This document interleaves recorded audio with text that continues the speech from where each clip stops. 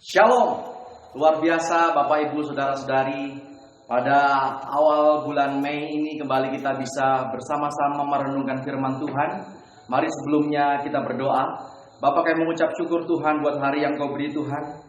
Sungguh luar biasa penyertaan-Mu sepanjang hidup kami Tuhan. Apapun boleh terjadi, kami percaya bersama dengan Engkau kami lebih daripada pemenang Tuhan. Terima kasih Allah. Melewati hari demi hari kami hanya berserah penuh kepadamu. Penyertaan Allah berlaku dan berlangsung bagi kehidupan setiap kami. Terima kasih Bapa. Di dalam nama Yesus. Haleluya. Amin. Nah saudara-saudara, pagi ini kita akan bersama-sama merenungkan sebuah kebenaran yang buat saya ini luar biasa. Sebagai bagian yang tak terpisahkan dari minggu lalu. Minggu lalu kita mendengar bagaimana Bapak Gembala memberikan sebuah narasi eksposisi dari Matius 5, Injil Matius pasal 5 ayat yang ke-7. Injil Matius pasal yang ke-5 ayat yang ke-7. Berbahagialah orang yang murah hatinya karena mereka akan beroleh kemurahan. Nah, saudara-saudara, ini bagian yang tak terpisahkan. Dan saya memberikan judul Menang Atas Keraguan.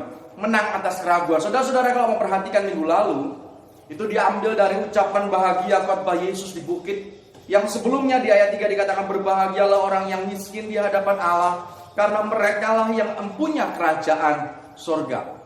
Sekali lagi diambil dari ayat yang ketiga, berbahagialah orang yang miskin di hadapan Allah, karena merekalah yang empunya kerajaan surga. Saya mengambil dari Injil Lukas pasal yang ke-7. Injil Lukas pasal yang ke-7 ayat yang ke-18 sampai dengan ayat yang ke-23. Yesus dan Yohanes Pembaptis. Saudara-saudara, ada bagian yang menarik di dalam ayat yang ke-22 yang merupakan bagian yang tadi saya sebutkan di dalam Injil Matius. Pasal 22, fokus kepada pasal 22 yang mengapa saya memilih nas ini, perhatikan. Dan Yesus menjawab mereka, pergilah dan katakanlah kepada Yohanes apa yang kamu lihat dan kamu dengar. Orang buta melihat, orang lumpuh berjalan, orang kusta menjadi tahir, orang tuli mendengar, orang mati dibangkitkan, dan kepada orang miskin diberitakan kabar baik. Saudara-saudara, ada hal yang aneh menurut saya. Mengapa kalau di ayat-ayat sebelumnya, di bagian-bagian sebelumnya, ini adalah bagian yang dikontraskan. Kalau buta melihat, tuli mendengar, bahkan mati dibangkitkan. Di bagian akhirnya dikatakan, dan kepada orang miskin diberitakan kabar baik. Saudara-saudara, saya percaya kita bersama mengerti bahwa lawan kata dari miskin adalah kaya. Maka idealnya menurut saya, ayat ini berbunyi yang terakhirnya, dan kepada orang miskin diperkaya, atau miskin menjadi kaya. Maka tepat lawan katanya, tuli mendengar, buta melihat, mati dibangkitkan, miskin menjadi kaya. Namun perhatikan bahwa ini, ayat ini adalah adalah kata-kata Yesus sendiri. Maka sejatinya tidak ada yang kebetulan. Apa yang Yesus katakan tentulah memerlukan pemahaman kita yang serba terbatas ini. Dan disinilah penyelidikan saya bermula. Mengapa ayat ini berkata demikian? Kepada orang miskin diberitakan kabar baik. Saudara-saudara, minggu lalu sekali lagi saya menyinggung sedikit. Kita belajar bahwa mereka yang murah hatinya akan beroleh kemurahan. Saya bersyukur dilahirkan, dibesarkan dalam kultur Jawa. Yang bagi orang Jawa itu semuanya serba untung. Ya, semuanya serba untung. Sehingga saya pun memaknainya demikian, saudara-saudara. Mereka yang sering kali saya dengar, bahkan kecelakaan, maaf, diserempet aja, orang masih untung kamu, gak apa-apa. Ya ampun, padahal diserempet, masih untung, gak apa-apa. Demikian pula bahkan misalnya sampai terluka, masih untung. Hanya terluka, hanya lecet-lecet saja. Kaki tidak patah, tangan tidak patah, gitu ya. Nah, saya melihat ada sebuah gambar lucu yang saya akan tampilkan di layar Bapak Ibu Saudara. Nah, gambar ini bercerita, lihat bahwa orang-orang saya percaya ini yang lagi jenguk ini adalah orang-orang Jawa. Sama seperti saya, demikian pula sebagian besar dari kita lihat menjenguk, dan orang yang dijenguk pun, yang lagi sakit pasti akan, ini gimana sih? Karena sejatinya buat orang Jawa, saudara akan melihat dan mungkin sedikit tersenyum simpul. Maksudnya dijenguk, ya yang dijenguk pun merasa, ya ampun kok santai amat ya menjenguk ya. Karena buat kita Itu penyakitmu nggak terlalu serius, nggak apa-apa, masih untung kamu. Nah, saudara-saudara, di bulan-bulan yang kita lewati ini, ya, saya percaya kita semua memahami bahwa tidak ada satu sektor ekonomi pun yang tidak mengalami masalah. Kalau dulu orang melihat yang sektor menengah ke bawah, ya ampun kita bergulat dengan kehidupan ini, pun saat ini dengan sektor menengah ke atas. Bagaimana mungkin pertama kalinya dalam sejarah, kalau saudara-saudara Bapak Ibu melihat minggu-minggu lalu, ya mereka-mereka yang disebut misalnya raja minyak, yang dengan bangganya saya punya tambang minyak dan segala macam, mereka mengalami gejolak yang luar biasa. Minggu lalu kita melihat harga minyak per barel bukan hanya menyentuh nol. Sekali lagi, harga minyak per barel bukan hanya menyentuh nol, bahkan minus. Artinya apa saudara-saudara? Mereka-mereka yang punya tambang minyak, ya, mereka itu harus sewa tempat untuk menyimpan minyaknya. Nah, sewa tempatnya ini mahal. Kalau minyaknya tidak segera laku, minyak mentah padahal, tidak segera dilempar, ya, maka mereka harus membayar per hari sekian banyak untuk sewa tempatnya, karena memang mereka tidak hanya pakai jerigen seperti yang kita punya. Mereka per ribuan barel sehingga butuh tempat yang sangat luas. Nah, saudara-saudara, inilah yang kemudian membuat bagaimana caranya minyak yang mereka simpan di tempat penyimpanan itu segera keluar. Caranya bagaimana? Dia membayar orang yang mau membeli, tolong dong beli minyak saya, ini saya bayarin. Perhatikan, bukan hanya menyentuh nol, bahkan mereka rela membayar, yang artinya kalau kamu mau membeli minyak saya, mengolah minyak mentah saya menjadi minyak jadi, saya akan bayar. Itulah sebabnya terjadi gejolak yang luar biasa. Harga minyak bukan hanya menyentuh nol, bahkan minus. Mereka rela membayar untuk orang bisa membeli. Bayangkan kalau misalnya kita punya dagangan, misalnya tempe saja. Pak, tolong dong Pak, stok tempe saya berlimpah. Bapak beli tempe saya Pak, ya nanti saya bayarin deh. Bapak beli semakin banyak, saya akan bayar semakin banyak. Aneh bukan? Inilah yang sedang terjadi, anomali yang terjadi di tengah-tengah wabah yang mendera seluruh dunia. Sehingga tidak ada satu sektor ekonomi pun yang tidak mengalami imbasnya. Nah, saudara-saudara, luar biasa karena Allah mengajarkan, Yesus mengajarkan bahwa mereka yang murah hatinya akan beroleh kemurahan di tengah wabah, di tengah kondisi apapun. Nah, saudara-saudara, pagi hari ini kita akan belajar kepada mereka yang, perhatikan di dalam ayat yang kedua, kepada orang yang miskin diberitakan kabar baik.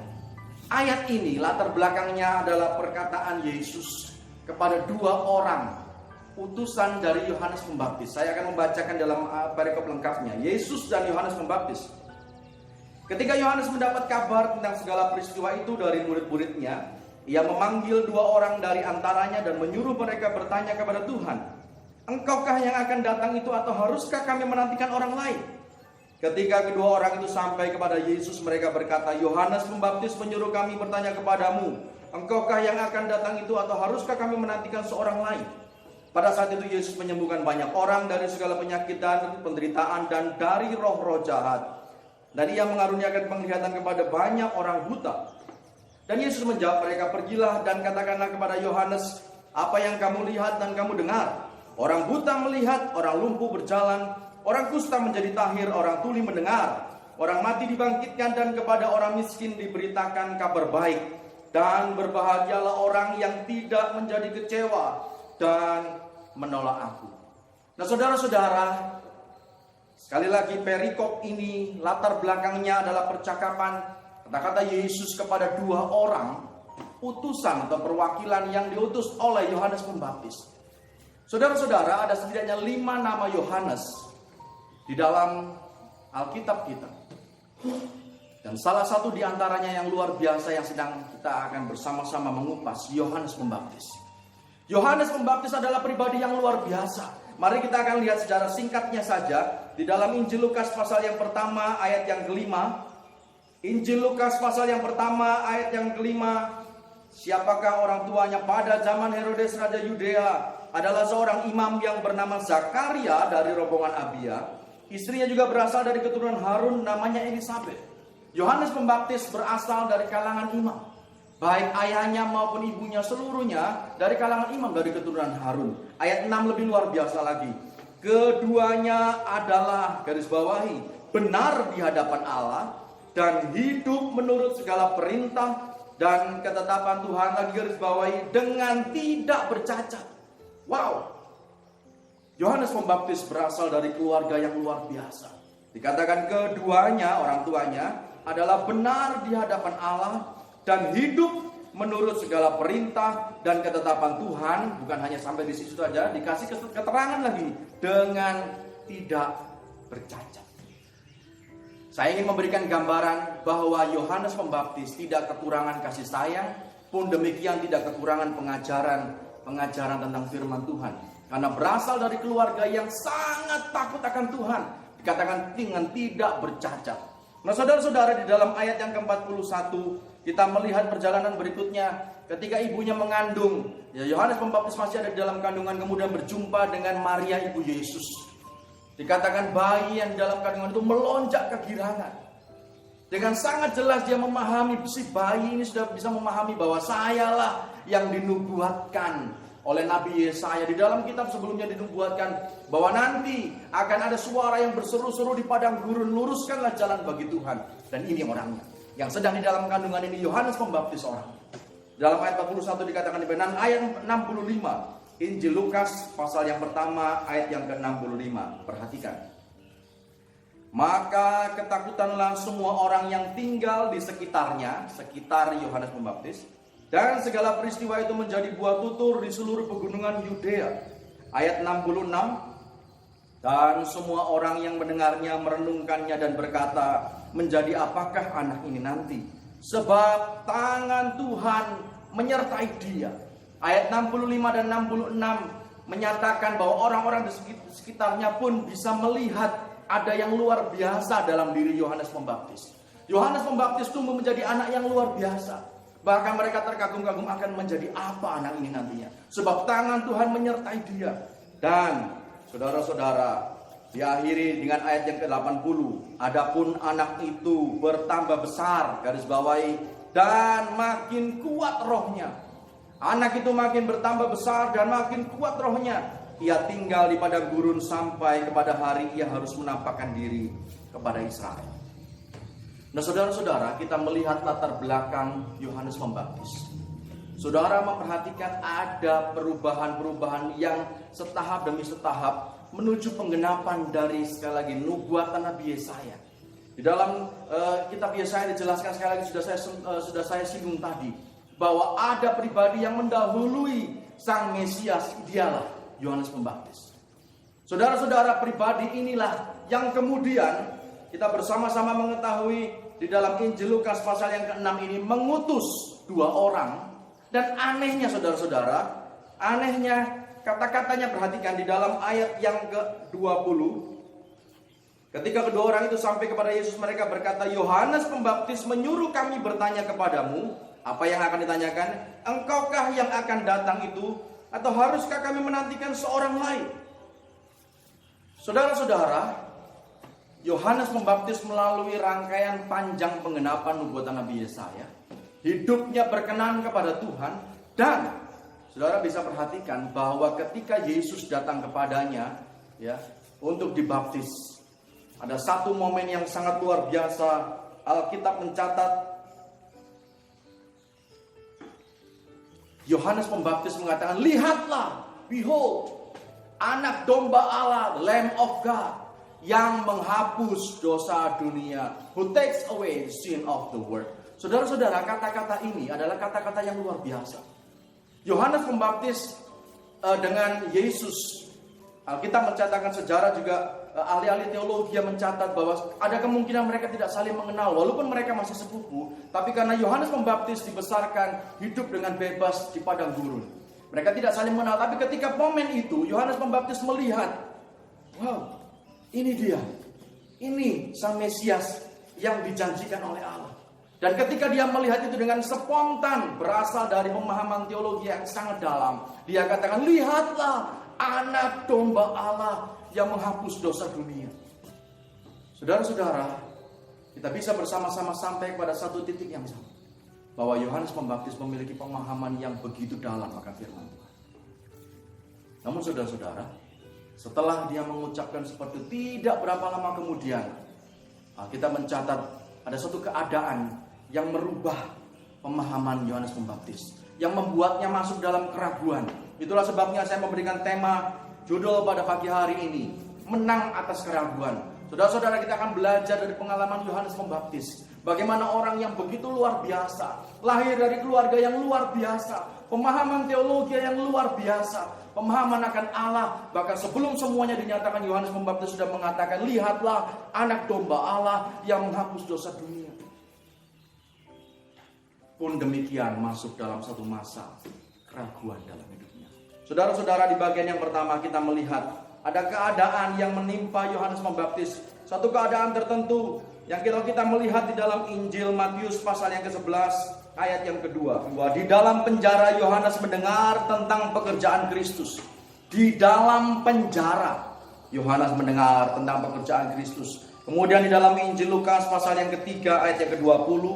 Injil Lukas pasal yang ketiga ayat 20, raja itu menambah kejahatannya dengan memasukkan Yohanes ke dalam penjara. Nah, saudara-saudara, ada keadaan yang berubah 180 derajat. Kalau kita baca tadi sebelumnya dalam Lukas 1 ayat 80, bahwa Yohanes menghabiskan masa-masa hidupnya sebagian besar di padang gurun, di padang belantara. Maka kita melihat dalam dua nats ini, Yohanes Pembaptis dimasukkan ke dalam penjara. Ada perubahan 180 derajat yang kemudian berubah, mengubahnya masuk ke dalam keraguan.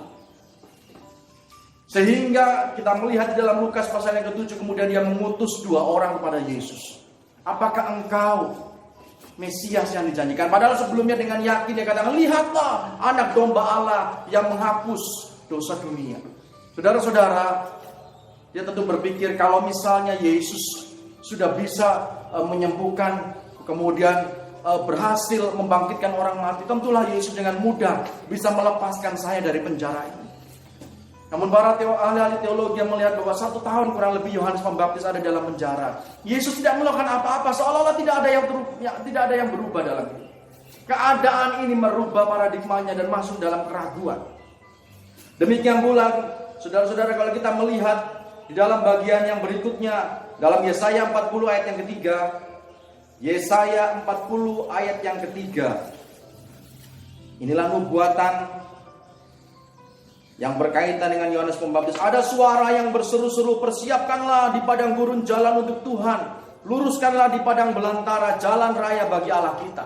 Nah, saudara-saudara, jauh sebelum kelahiran Yohanes Pembaptis, yang telah dinubuatkan bahwa ada suara yang berseru-seru di padang gurun mempersiapkan jalan bagi Tuhan.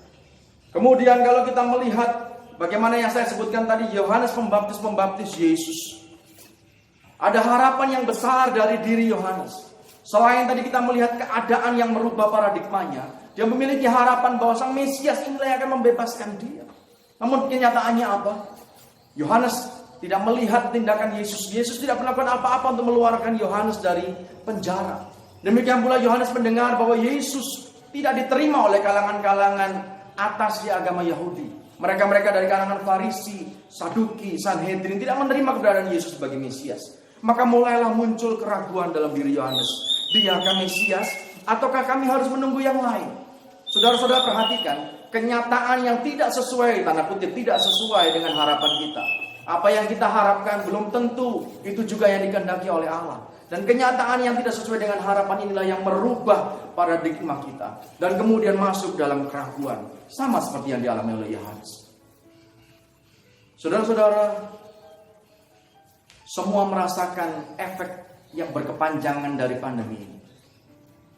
Cita-cita harapan yang luar biasa yang sudah kita susun dan mulai setahap demi setahap diraih, bisa hancur berantakan di semua aspek, saudara-saudara. Di semua aspek. Ya. Bukan hanya kita-kita yang setiap hari melihat TV, bahkan artisnya pun mengalami.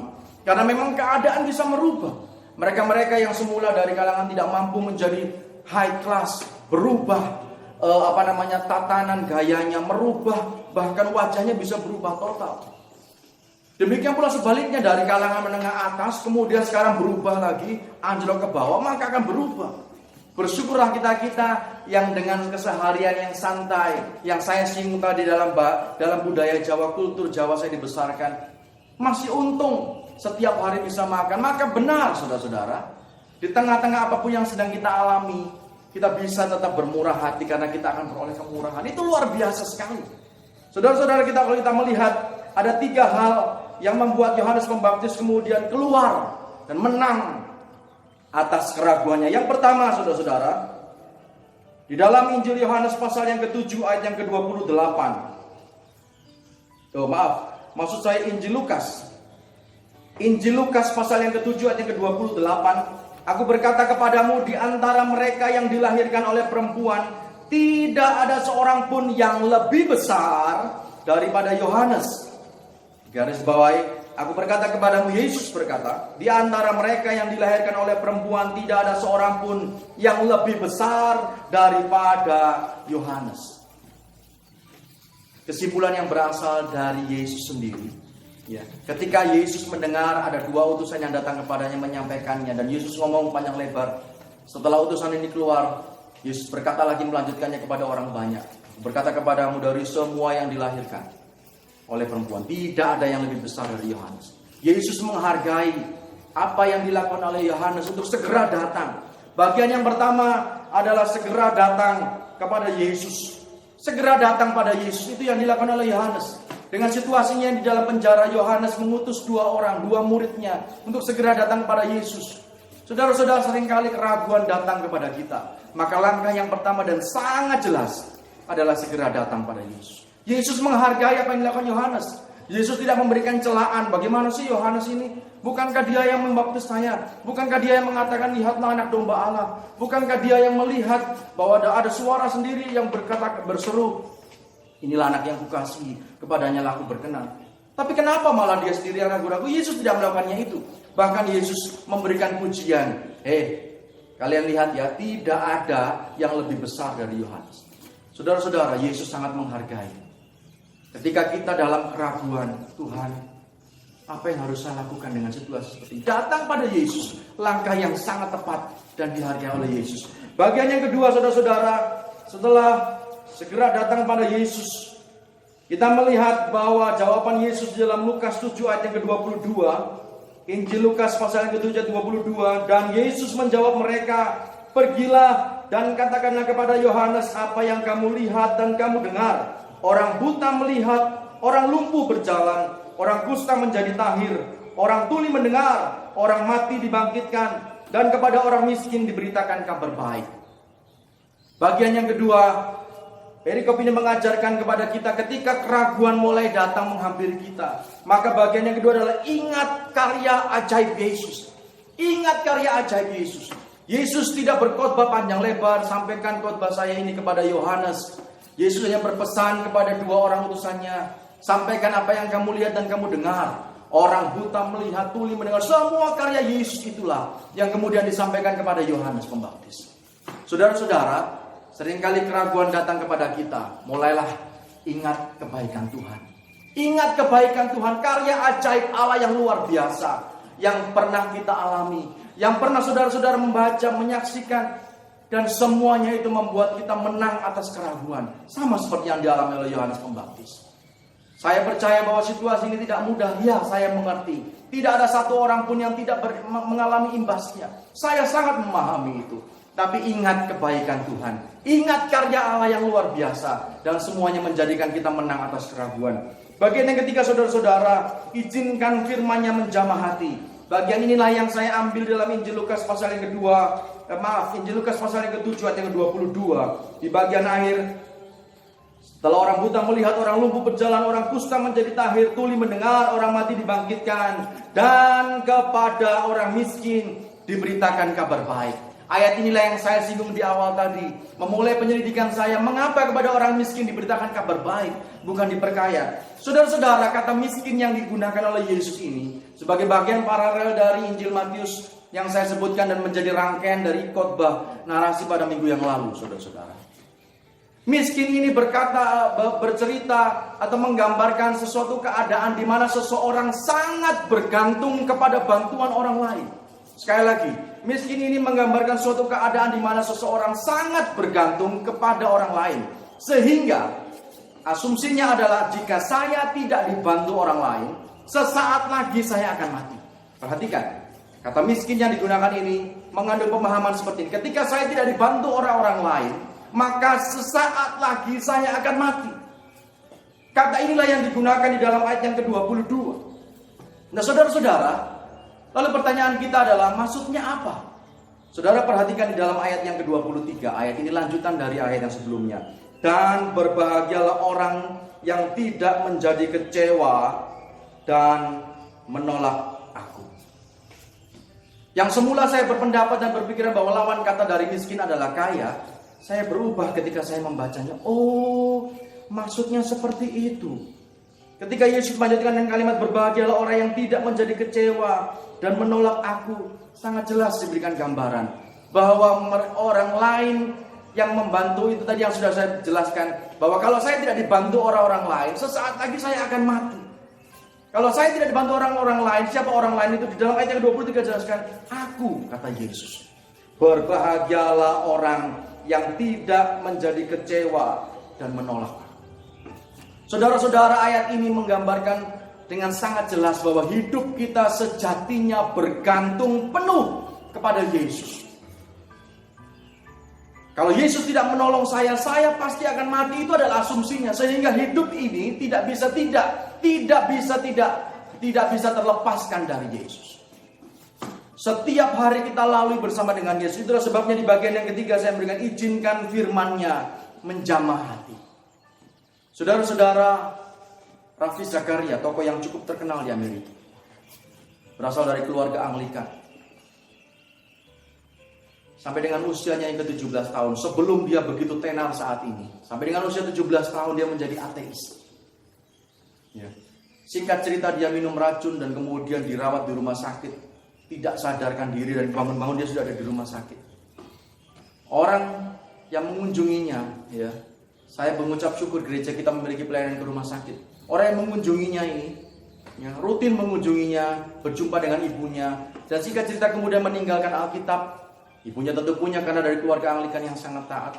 Tapi mengingatkan kepada ibunya, Bu, suruh Ravi Zakaria sini membaca dari Yohanes 14. Yohanes 14. Kemudian ketika Ravi ini tersadar, ibunya menyampaikan, "Nak, tadi ada yang mengunjungi, ada yang mendoakan kamu dan berpesan baca saja Injil Yohanes pasal yang ke-14." Dan hari itu menjadi titik tolak kehidupannya. Ketika dia mulai membaca Injil Yohanes pasal yang 14, dia membaca satu pasal ini, dan kemudian sampai kepada ayat yang ke-19, tinggal sesaat lagi dan dunia tidak akan melihat aku lagi, tetapi kamu melihat aku, sebab aku hidup dan kamu pun akan hidup. Yang merubah kehidupannya dan menjadi sangat tenar saat ini sebagai salah satu tokoh kekristenan yang sangat dikagumi dan disegani di Amerika. Saudara-saudara, apa yang kita lakukan? Saya mengucap syukur sekali lagi dengan pelayanan di penjara, pelayanan di rumah sakit. Banyak orang-orang yang akan tersentuh, terjamah. Sekali lagi saudara-saudara, di bagian yang ketiga, oleh firman-Nya itu, maka izinkan firman-Nya menjamah hati. Izinkan firman-Nya menjamah hati. Ayat 23 dikatakan, berbahagialah orang yang tidak menjadi kecewa dan menolak. Saudara-saudara, sesaat lagi kita akan masuk di dalam perjamuan kudus. Di hadapan saudara dan saya, kembali dikisahkan betapa luar biasa Yesus mengerjakan keselamatannya untuk saudara dan saya. Dimanapun saudara melihat video ini, Yesus mengasihi saudara. Cintanya yang begitu besar, kasihnya yang begitu luar biasa, sampai dengan mengorbankan nyawanya. Tentulah berarti bahwa Dia sangat mengasihi kita. Apapun boleh terjadi.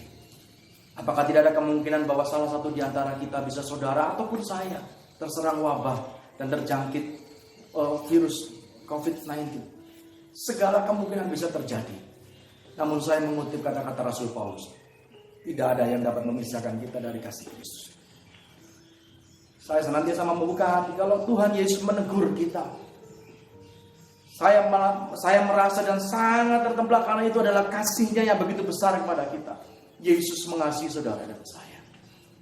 Ada 3 hal yang saya sampaikan untuk kita bisa menang atas keraguan kita. Segera datang pada Yesus ketika keraguan itu mulai menghampiri. Segera datang pada Yesus dan kemudian ingat karya-karyanya yang luar biasa. Dan izinkan firman-Nya menjamah hati. Mari kita berdoa. Bapa, kami mengucap syukur buat pagi hari ini. Kami mendengarkan firman-Mu Tuhan. Kami belajar dari kisah Yohanes Pembaptis. Sosok yang sangat luar biasa. Mulai dari kelahiran sampai dengan kematiannya Tuhan. Bahkan Engkau sendiri yang mengatakan tidak ada yang lebih besar dari Yohanes Pembaptis.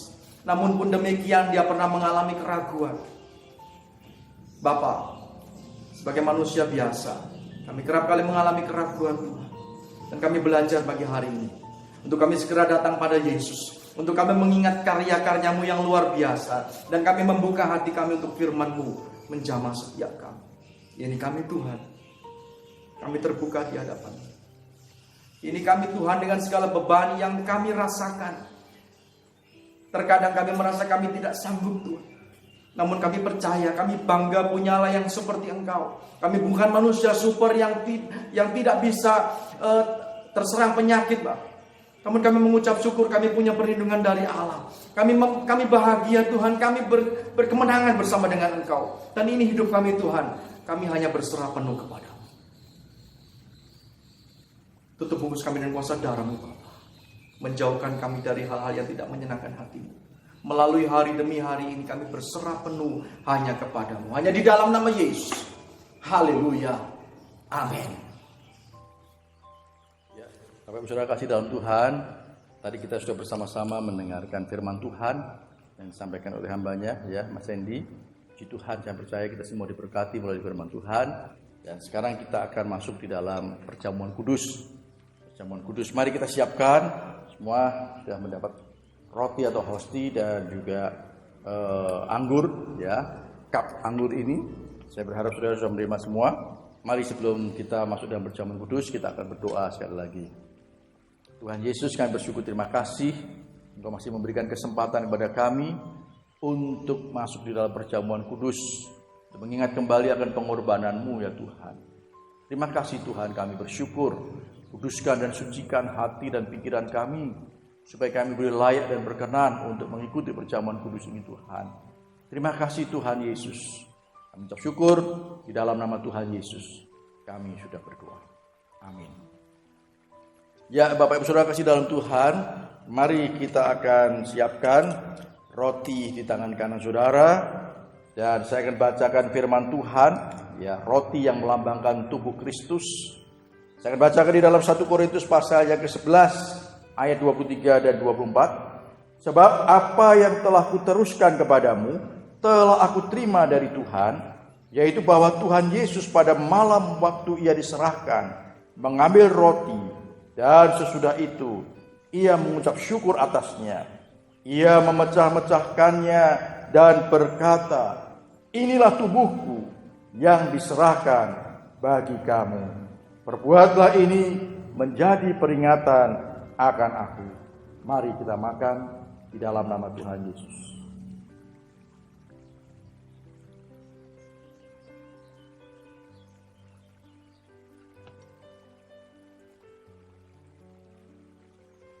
Siapkan cawan di tangan kanan saudara, ya. Cawan yang berisi anggur yang melambangkan darah Yesus. Dan di dalam 1 Korintus 11 ayat 25-26 dikatakan demikian. Demikian juga ia mengambil cawan sesudah makan lalu berkata, cawan ini adalah perjanjian baru yang dimeteraikan oleh darahku. Perbuatlah ini setiap kali kamu meminumnya menjadi peringatan akan aku. Setiap kali kamu makan roti dan minum cawan ini, kamu memberitakan kematian Tuhan sampai ia datang. Mari kita minum di dalam nama Tuhan Yesus.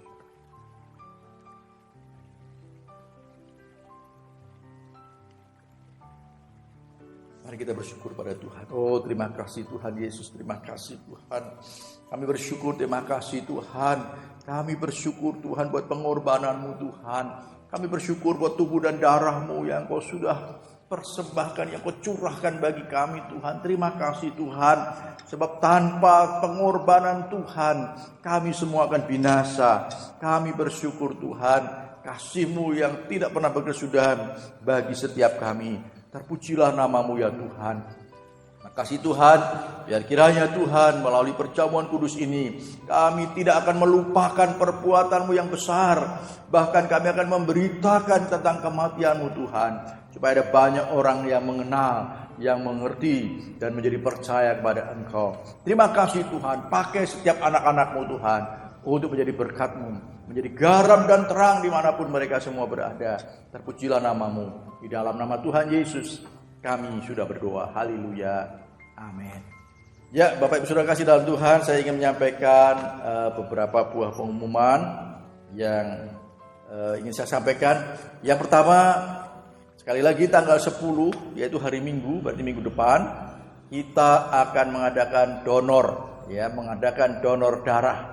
Nanti petugas dari PMI akan datang, dan seperti yang sudah saya sampaikan, kita akan mengikuti protokol yang sudah disampaikan oleh PMI, yaitu semua harus memakai masker, kemudian datangnya tidak bersamaan, dan kemudian juga harus cuci tangan dulu, ya di wastafel dengan sabun, kemudian duduknya dipisah-pisah ya. Kemudian Bapak Ibu Saudara, baru kemudian kita bisa untuk donor darah. Nah, Ibu Ari juga dari gereja mempersiapkan untuk makan pagi bersama, ya setelah saudara donor darah, saudara bisa makan pagi dan saudara bisa pulang. Puji nama Tuhan. Saya berharap kita masih tetap setia untuk memberi, yaitu dengan mendonorkan darah kita. Itu yang pertama. Yang kedua, Bapak Ibu Saudara kasih dalam Tuhan, ya seperti apa yang dikatakan bahwa setiap hari Minggu gereja kita selalu terbuka hari Minggu jam 9 sampai jam 12. Silakan Bapak Ibu Saudara kalau mau datang mengembalikan persepuluhan milik Tuhan dan juga memberikan persembahan saudara. Saya bersyukur ya kaum wanita setelah selesai ibadah mendengarkan firman Tuhan, mereka dianjurkan supaya memberikan persembahan dimasukkan di dalam amplop. Demikian juga kaum pria, luar biasa. Setelah bersama-sama mendengar firman Tuhan, mereka masukkan persembahannya ke dalam amplop dan ditulis persembahan kaum wanita, persembahan kaum pria.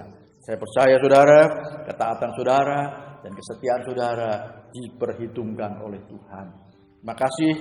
Tanya apa yang kami sampaikan menjadi berkat bagi kita semua. Tuhan Yesus berkati.